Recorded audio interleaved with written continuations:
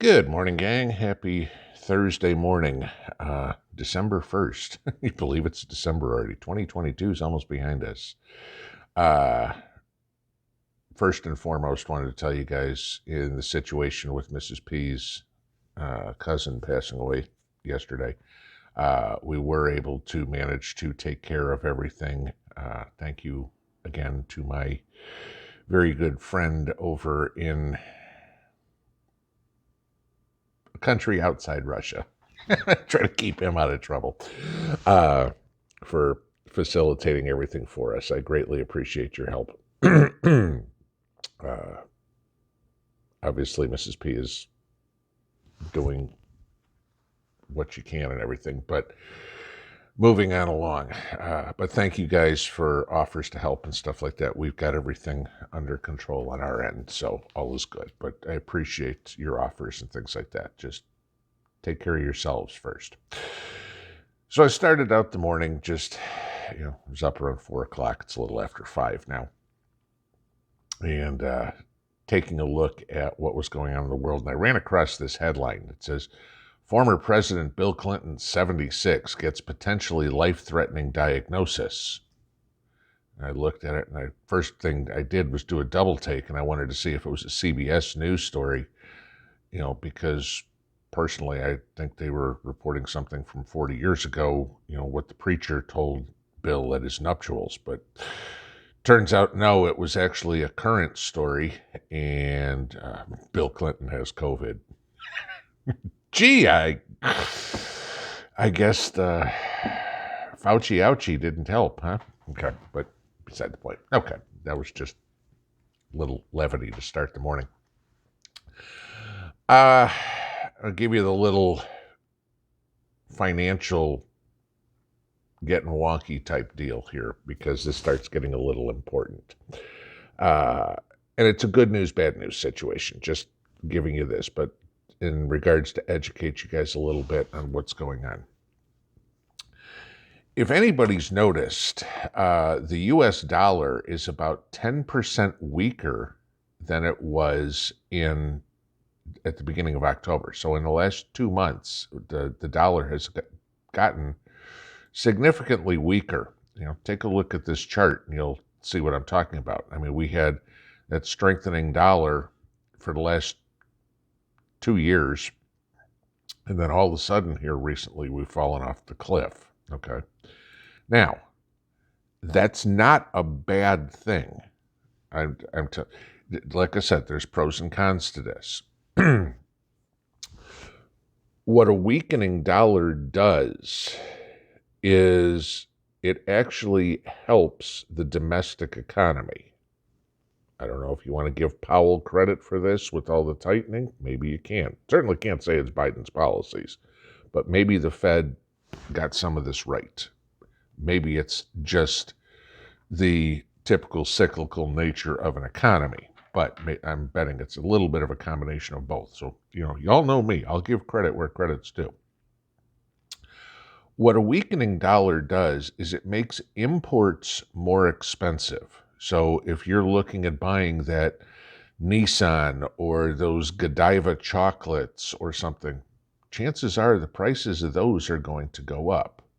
What a weakening dollar does is makes it much more competitive for domestic product to be more cost efficient. Okay. So what a weakening dollar can do for all of us is maybe it puts some of the manufacturing back to work, because now all of a sudden, our products are competitive on a world market. Okay.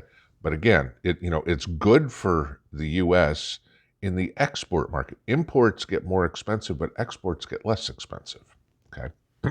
Because what the dollar index does is it measures the dollar versus a basket of other currencies, primarily the euro. Okay. But I mean, it's a whole basket of currencies, collection of them. Okay.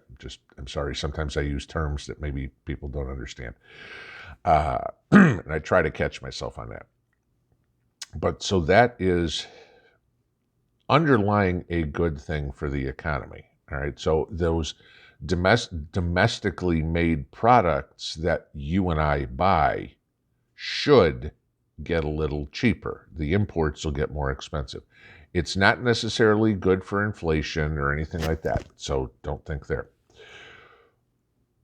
What it is really good for, and if you go back a couple of months ago where I was telling you now's a good time to buy silver, if you take a look at this chart real quick, all right, I'll pull it up here so I'm looking at it. This is the price of silver over the last couple of months, okay, going the last quarter, basically. So if you go back to the beginning of September, when we were talking about it's a good time to buy silver, silver was down to 18 bucks an ounce. Now it's 22. You've pretty much paid all that premium in the silver that you bought if you got back in September, okay, which was nice because I was able to get some coins back then, and now I'm at least at break even with them. But seeing something like this tells you a couple of things. We all know the stories about countries around the world, except the United States, hoarding precious metals, okay? It's still a good thing to do. Even here at this price, I'm still a buyer of silver. Sure, I got some at 18 and change, whatever it was I bought. It was spot. I think I actually got it down to 17s at spot, but it was still around 21 and something premium. But you will probably see a significant continuance of this uptrend for silver, provided we see a significant continuance of this downtrend on the dollar index. Now, why is this important to a prepper? And I don't care if you're talking about silver rounds, I don't care if you're talking about bars, I don't care if you're talking about junk silver, okay? All of them are worth having in your preps.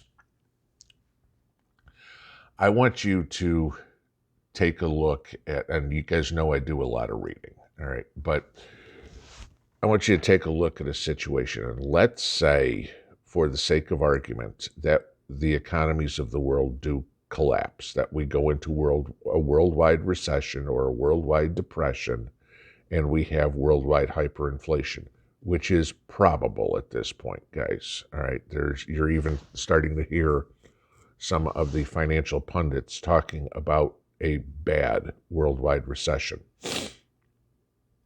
What that will do, and let's say it goes completely foobar, all right, and the economies collapse. All right, you have a complete crash, which when you get into a situation like that, that means the grid collapses, the phone systems collapse, the banking systems collapse, everything. And we're living back in the 1800s. The government will fall apart, and you will have, like you've read in some of the books, 1 second after, whatever, you're going to have gangs of marauders.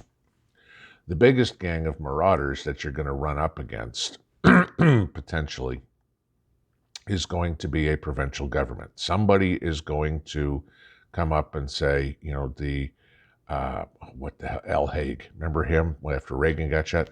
I'm in control. No, you're not. Okay. But we're going to have somebody that declares that.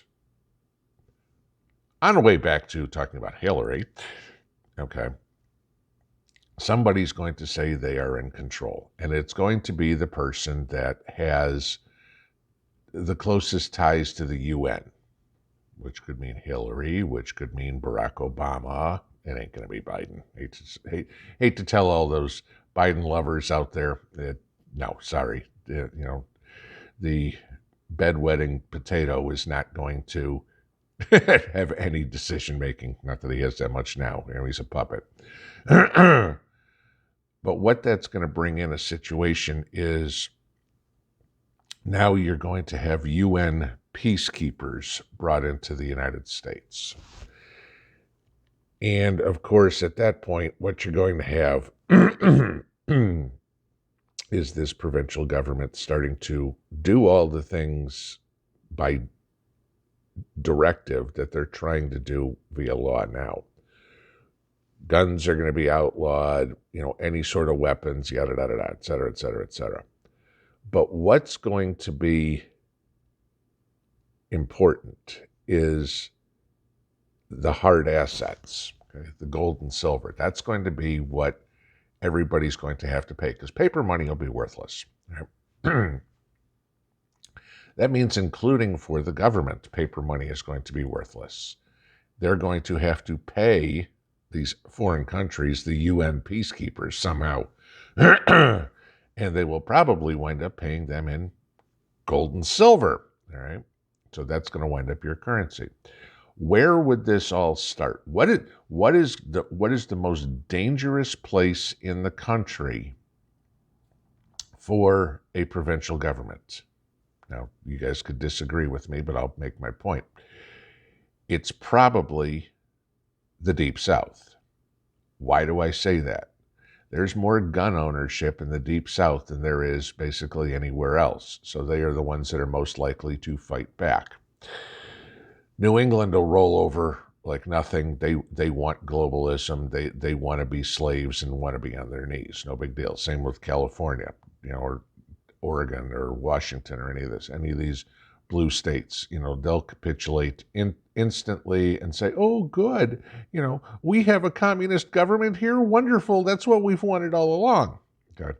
The ones that are going to fight back, the South, Texas. I'll add into the South even the Plains states and stuff like that. You guys are going to be too. Just they're a little less populated in the Plains than you are down south. So if y'all are where I am, anywhere around, expect us to be the first place that any sort of UN peacekeepers are going to come. They've got to quell the uprising, which will probably come from Southerners because we're armed, quickly. That will mean that they're going to come for your guns, they're going to come for your silver, they're going to come for everything that they have. And if they bring in UN troops are going to be much less reserved about shooting Americans than your fellow Americans will be. All right. So I want to give you that as an idea, but this is a little bit of the path we're on. As the dollar gets weaker, that's good for our economy now. But as we see the price of silver and gold go up, which, I think silver was up like 5% yesterday, okay, which was a bounce. And it's up 2.5% today. Gold's up almost 2% this morning, here on pre-market. Those are things to watch for. And there's a lot of moving parts to this. I'm just saying. But I'm still a firm believer that the biggest SHTF situation we're going to run into is a global financial collapse, and that's going to be the trigger for everything else. Depending on where you are, prepare accordingly for it, because there may be a day in the not-so-distant future when you see those APCs rolling down the street and blue helmets hopping out of them, going house to house, saying, "We're here for your guns, we're here for your silver," etc., etc. You think it can't happen? Look around many countries in the world. Yugoslavia no longer exists, guys. Guess what happened there? The exact scenario I'm talking about here. This is their tried and true method of doing it. It's been done on a smaller scale. Why not go big? Pinball out.